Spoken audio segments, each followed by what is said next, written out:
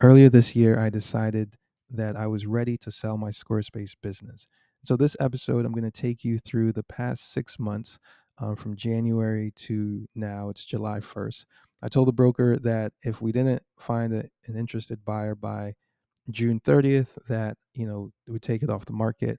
And so now here we are. And so I'm really excited to share with you what this journey has been, why it started, why I initiated it, and what I learned along the way, because it has really transformed me as a business owner.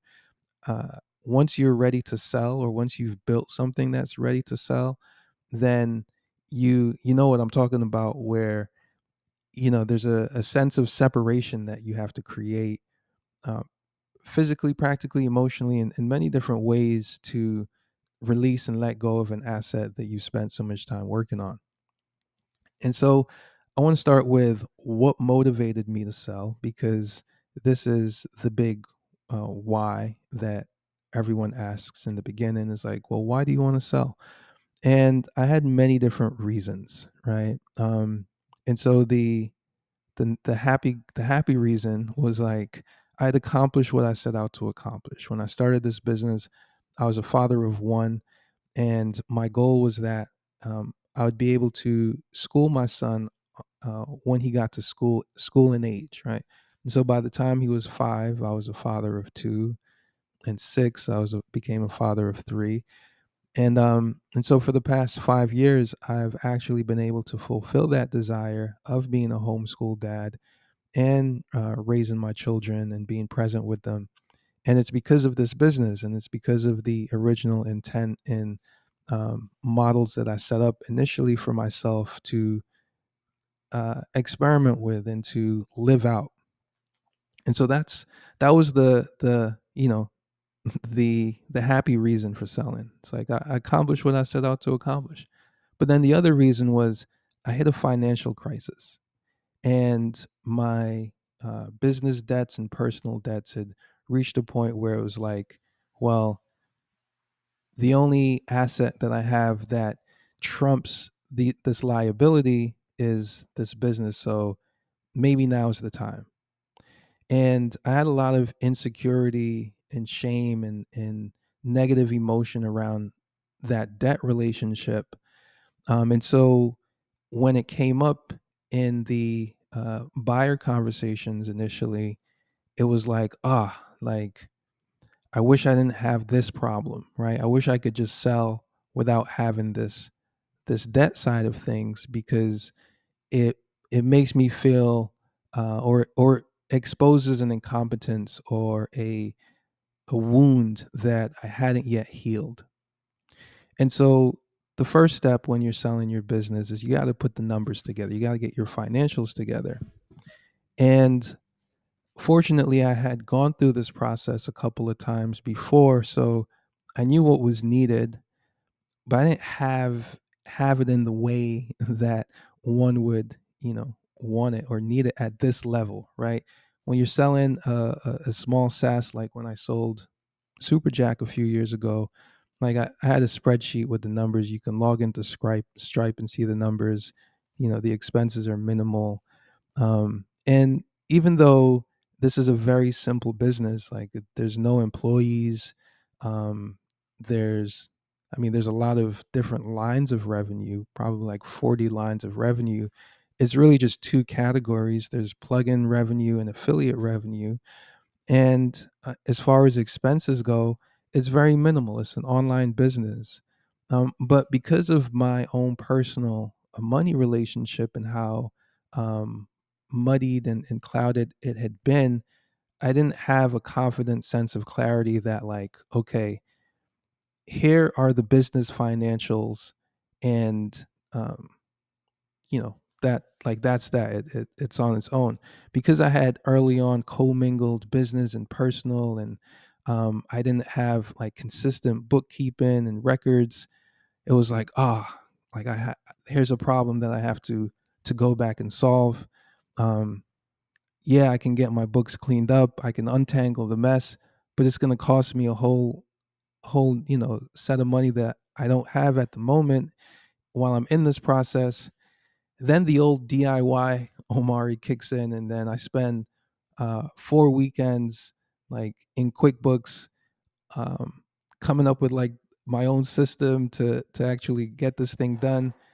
And I'm just like burnt out, where I'm like, Omari, what are you doing? This is not working out. So that was like the first 4 weeks, right, of like deciding to sell. I even skipped a step, which I'll go back and cover, but deciding to sell. And then those initial conversations with some prospective buyers, and that I initiated, right? So when I decided to sell, it was like, okay, well, what paths do you have? You can find a broker, you can list it on a marketplace. You've got websites like, well, it used to be microacquire.com. I think it might just be acquire.com now. You've got like FE International, you've got Empire Flippers, you've got all of these different online business marketplaces. So I decided to go with a new one that didn't quite exist before. And I had conversations with a broker years ago, a really reputable one. And because of the state I was in when I decided to sell, it was like trying to like play a get out of jail free card. That's kind of like the mentality, the mindset that I had at the time was like, maybe this is time to use my get out of jail free card.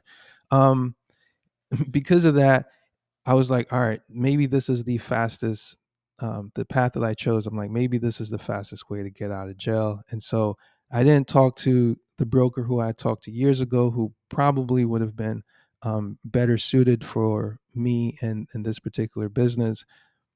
And and then so that just kind of kickstarted a sequence of events of, all right, I know how to find buyers. Like that's something that I actually enjoy doing for any kind of product that I believe in. And so, um, I started tapping into my or the network that I knew of people who buy businesses like this. And that's what got me into that. Oh man, I got to get my finances back together again. But it was kind of like a catch 22 situation, because it's like you're selling to get out of a financial crisis, but all it does is really expose the depth of your crisis. And because you haven't emotionally healed from the depth of that crisis, you're still going to be stuck. And so that was the state I was in, after the first like 4, 6 weeks, 8 weeks or so. Now the next step in this process was like, all right, well, what is your involvement in the business? So assuming that I could, um, fix the finances and kind of get the books in order, because at the end of the day, it's a really strong business if I'm not the one running it. First time I said that, but it's actually the truth, and it's actually, like the irony of what I was going through was the fact that like, man, like the you there's no better return, like out, like if you were to put the same amount of money into real estate, you'd have a much longer time horizon. And like it was just, to me, it was like, man, this is like a really sweet business, but due to my own mismanagement, I can't even present the sweetness properly. And so that was a pain. The other part of it is like, well, how involved are you in the business? Like, are you the business, or can it function and operate without you? And so for years, I had been like playing a lackluster support role where, um, I was helping out with support on the non-technical side of things. And sometimes I would drop the ball, or my responses wouldn't be the kind of, my response rate, I should say. Always proud of my responses, but the response rate wasn't what I thought it could be or should be. But I just had this attachment to it. Like it felt like I was doing something, or I had something to do. It created this like obligation, um, but then it also created this like persistent feeling of like, man, I owe somebody a response in the support inbox, like a chronic debt of like, oh, I owe a response. Like there's someone who just emailed me with a problem, and I can either drop everything I'm doing right now and, take some mental bandwidth to like figure this out, or I could do something more interesting. And so the interest in one more often than not and I would have a backlog. And so a few years ago, maybe it was 2020, I had hired someone from within the Squarespace Entrepreneur Facebook group who had been helping. Shout out to Kwame. He would like randomly answer people's questions in a helpful way. And so I thought, all right, let me see if Kwame would be willing to help out with support. And so for a couple years, Kwame helped out with support, but I was still like doing stuff. And so I was like, man, if I'm still like engaged in this or feel this like need to like do the thing, it's not going to work. Anyway, fast forward to earlier this year, I decided, all right, let me put a timer on it. Let me just give myself like once a week, I'll go to the support inbox and I'll time how long it takes for me to close out the tickets. And after a few weeks, it was like consistently like 15 or 20 minutes. I would record a Loom video of me doing it as well. And I was like, man, this not sounds like this is really good. Like it's a 15-minute thing. And so I thought, all right, well, what if now that you know what's required because you've like captured it and you've created a mini, a mini system that somebody else could take over, what happens if you hire someone now to just, excuse me, take you out of the support inbox like permanently? And so I think that might have been around March that I pulled that trigger. And so I haven't really been in the support inbox since March. And so for the first time since 2017, it's given me that like that effect of like, oh wow, okay, I can like think ahead differently, or I can, without this like ongoing, support burden, like it's like, oh okay, I can like prioritize or focus on my strengths again. And what's interesting about that is my strength or one of my strengths has always been just like support, and especially on the technical side. It's like a childhood thing I've been doing. It's like I can always meet that need, but I had grown so attached to it that I didn't let it go in order to grow as a manager, or in order to allow the visionary side of me to also grow and thrive, which is a place that I really enjoy spending time. And so letting go of that technical debt that I was, or obligation that I was tying myself to, really cleared up the visionary to like be reactivated. And then it allowed me to address my management deficiencies. And so I don't have any employees. I never set out to have employees. I never set out to like have a company and have a startup or any of that. In the beginning, I was just trying to survive and create a lifestyle business for my family. And along the way, though, you have to learn from different kind of disciplines and schools of thought and so on. Um, and so, yeah, the point is, I letting go of that. It really like made me realize, okay, so what are the strengths here? If you were to um, like scale this thing up, how would you do it like without you being the one? And it was such a like mind expander, because the entire time, as much as I talk about like a DIY mindset, like the entire time I was stuck in a DIY mindset. And there's a difference when you're doing it yourself as like a young dad with a baby, versus doing it yourself as a, a father with like three kids and a family, and um, a whole lot of other responsibilities. And but I was still like, man, if I don't do it myself, it's not going to be done. And it's funny because you always hear people talking about this, and I just, I guess, couldn't let go. And so letting go opened me up, and it showed me where all of the growth potential and opportunity is. And that's something I'm really excited about, because I can now clearly see a hundred, 1,000x kind of a potential in this case study, like in this 9 year solo uh, business building experience that has really been fueled by partnerships. And so I'm going to talk about the this growth potential in a moment. But before I get onto that, um, taking myself out of the business, it was also like, okay, well, I need to have some kind of documentation. If someone is going to buy this, I was still preparing for this sale, right? Someone's going to buy this. They're going to need all of my all of my playbooks essentially. And so I got all my playbooks together, put together this owner's manual, um, a whole kind of a flow of how the business works, right?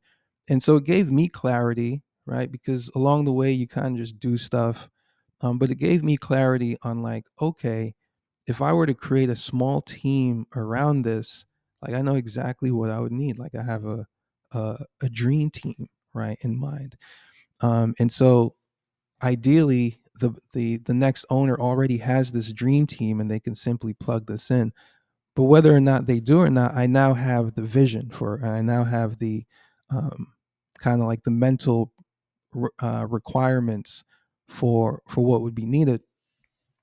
And now I also have the playbooks, right? So there are four playbooks that got this business going.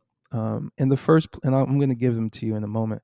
The first one was I developed in 2015, and it was the playbook that got me from just being a freelance marketer, freelance creative, to actually starting a Squarespace business that could generate leads on autopilot. The second playbook was a SEO and content marketing um, framework that allowed me to continue to generate traffic and to continue to uh, get leads to that website. The third was a playbook for turning a service into a product and then marketing that. And then the fourth playbook was an affiliate marketing playbook. And so I said I'd tell you about the growth potential. So the two areas that have um, been the most where the two areas with the most potential are the two areas where I've been the laziest and the most negligent, but have also been successful despite my laziness or despite my negligence. And that's why there's so much potential and opportunity there. And it's an interesting thing that I've been semi-conscious of is that when you can get results um, like without doing the things that people say you need to do, or without like following someone else's script, or without following like someone else's shoulds or rules, then you come in contact with um I guess your own rules, like uh your own truths, if you will. Sorry, let me make sure I haven't passed my time. Okay. And then you encounter like your own truths about things, right? And so anyway, I've been a lazy affiliate where despite my laziness, I'm an affiliate for more than 100 different SaaS products or Squarespace designers or developers. And we generate a good amount of revenue for our affiliate partners, Squarespace included, right?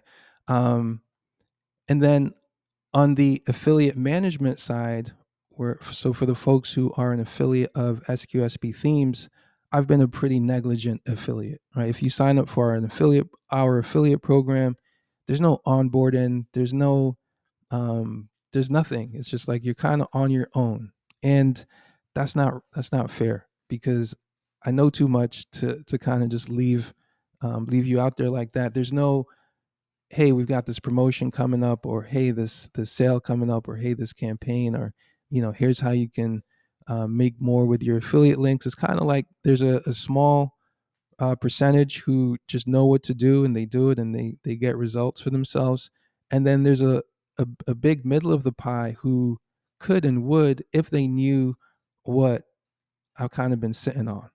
So there's these two sides. There's SQSP Themes as an affiliate partner for an ecosystem of SaaS template designers, plugin developers, and then there's the affiliates of SQSP themes. And what I found or realized was that if I get into my zone of genius and align the things that I care about, and uh, zoom out of this experience and take what I've learned and what the biggest benefits have been for me are, and replenish that, or reinvest the experience back into the marketplace or back into the ecosystem. It's really how to do it productively, right? Like, what happens if you're a productive affiliate? Like, man, I could tell you, you can do really, really well. All right, what happens if you have a thriving affiliate program where there's coaching and there's some leadership and there's mentorship, and people are able to grow not just from your affiliate program but for the other programs that they're signed up for. I can tell you that most affiliate programs don't offer that level of like care and nurture for their affiliates, because the program managers don't they're not involved in it. Like, they're not, it's like they haven't been in your shoes, right? And so uh the whole like magic of my business is, like, I've been in the shoes of every kind of thing that I've decided to serve. It's like, if I hadn't been in the shoes of a Squarespace freelancer who um, needs a developer, I wouldn't know what it's like to meet that need once I was able to meet it. And it just keeps going from there. And so that's been my experience over the past 6 months. And like I said, my goal in the beginning was, whether or not I sold a business through this marketplace, or through this broker, by June 30th, I would emerge from this experience different. Like, I would be a different business owner, and I would have a stronger business as a result. And I would also have something else that I could offer. Like, I would also be able to, okay, I could take this business and its current valuation, and I could divide it by 1,000, and I can say, all right, well, that would be a $6,000 offer. But I could say, all right, if you want to license this model for yourself, or if you want to take any piece of this model for yourself, and adapt it to your business, feel free, right? um, if you want to grow the passive income for your Squarespace business, I forget what the word is. I'm your guinea pig. I'm your guy. Right? It's been my obsession for the past 10 years. um, I've helped more people in this market passively make passive income, right? Like, without even actively doing too much, I've passively done it. And so now I'm getting active. Now I'm activating the thing that has been passive. I am turning inside out the things that have either held me back, or I'm letting go of what I've been attached to, or felt like I needed to withhold, and I'm releasing all of those things. And so, if you are on the other side of this right now, and you also have a desire to create a passive income business leveraging your Squarespace expertise, congratulations. You've just hit the jackpot. Because everything that I have learned over the past 10 years, not just the past 6 months of turning this into a sellable business, or sellable asset, but everything leading up to it, you can now benefit from. And you might be saying, well, what's the next step? Well, I mean, first of all, you just keep listening. It's only going to get sweeter. If you're subscribed to the newsletter, keep opening and reading, and keeping an eye out, because it's only going to get better. If you are a member of the Squarespace Entrepreneur Facebook group, I don't know if they have like a notification thing, but turn that on, because it's only going to get better. And if you've joined the Squarespace Affiliate Mastermind, or if you haven't joined that, you should definitely check that out. It's a new Facebook group that I've created, really specifically just to tackle the problem of, like, you are a Squarespace expert, you've got content out there, you work with clients all the time, you might even have products, but you're not making any affiliate revenue as a Squarespace affiliate yet. That's what that Facebook group is for and about, because there's no reason that you shouldn't be. um, it's kind of like low hanging fruit for a Squarespace expert that I want to help you pluck. So check that out. And yeah, stay tuned, man. I'm really excited about this next phase.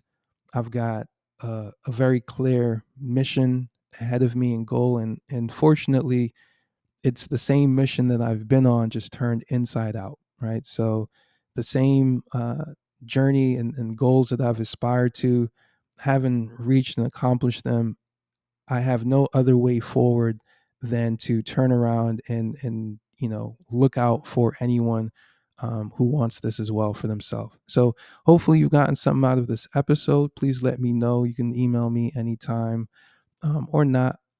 Uh, and I'll see you in the next episode. Peace.